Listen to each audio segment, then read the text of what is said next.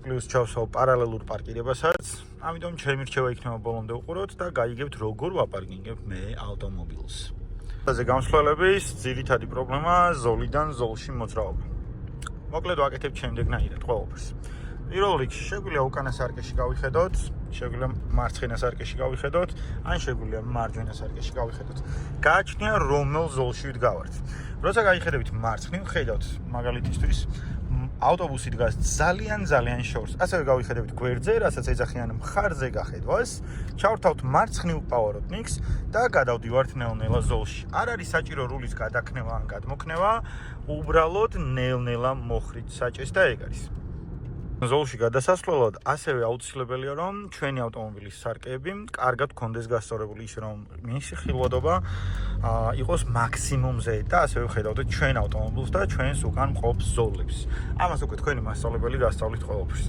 მოძრაობთ პირდაპირ და მოდი გვინდა რომ გადავინაცვლოთ მარჯვენა ზოლში. გავიხედეთ მარჯვენა სარკეში, ხედავთ რომ მანქანა რომელიც ჩვენს უკან მოდის არის ცოტა შორს, მაგრამ გვეწევა. ცოტათი აუჩქარა სიჩქარეს, ხო? შეგვიძლია ჩვენც მოვამატოთ სიჩქარე, ან უბრალოდ შევნელდეთ და ისე გადავიდეთ მარჯვნივ. მოდი ჩავრთოთ მარჯვენა პავაროტნიკი, ცოტათი მოვუმატოთ სიჩქარეს, ოდნავ მოვხაროთ საჭე მარჯვნივ და გადავალთ ზოლში ჩვეულებრივად. ერთხელ ზოლიდან ზოლში მოძრაობა. გავიხედებ მარცხნივ სარკეში, ხედავ რომ ზოლი თავისუფალია, გავიხედე გვერდით და ხედავ რომ ზოლი თავისუფალია, ჩავრთე მარცხნივ პავაროტნიკი და გადმოვდივარ ნელ-ნელა ზოლში. არ არის rulis მოქნება საჭირო და არ არის საჭირო პატარ-პატარა მოძრაობის ვიდეოები. მოდი ამოვწიოთ ამ ფანჯრები. ჰოლა, წავედით. ჩავრთეთ მარჯვნივ მოხოვის მაშუქი. არ არის საჭირო rulis ბოლომდე დაკეცვა, პარალელურად მოსახვეში რო შეხვალთ, იცოდეთ რომ საჭე თვითონ სწორდება, ამიტომ შეეცადეთ რომ არ მოეჭიდოთ საჭეს და მაქსიმალური თავისუფლება მისცეთ. ეს იმას არ ნიშნავს, რომ საჭეს ხელი გაუშვათ. საჭეს აუცილებლად ხელი უნდა მოკიდოთ. დისტანცია გამოსვლაზე გამსვლელისთვის. მოკლედ, აუცილებელია რომ წინმავალი ავტომობილის უკანა საბურავებს ხედავდეთ თუ როგორ ეხება ასფალტს და ისეთი დისტანციით მოძრაობდეთ. ასევე გაჩერება ზუსტად იგივენაირად უნდა მოახდინო.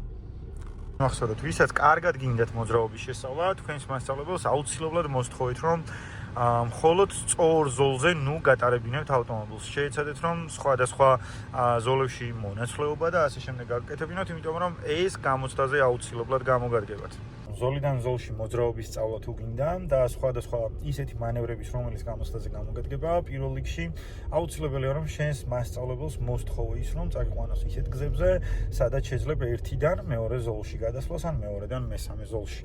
შეეცადე რომ არ მოგიწიოს მხოლოდ ერთ და სწორ გზაზე სიარული და შეეცადე რომ აუცილებლად შეგხვდეს წინ სხვადასხვა წინაღობები და სიტუაციები, თორემ ერთი და იგივე გზას დაიზეპირებ და ეგ იმას არ ნიშნავს, რომ ავტომობილს კარგად ატარებ.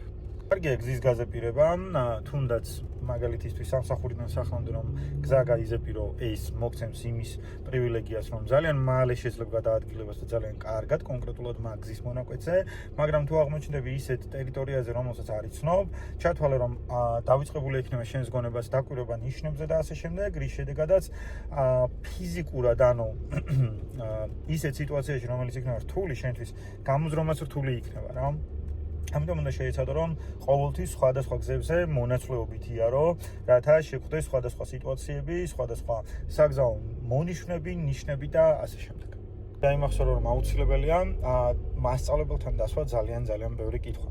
კითხვები იმასთან დაკავშირებით თუ რას რატომ აკეთებ და რას როდის აკეთებ.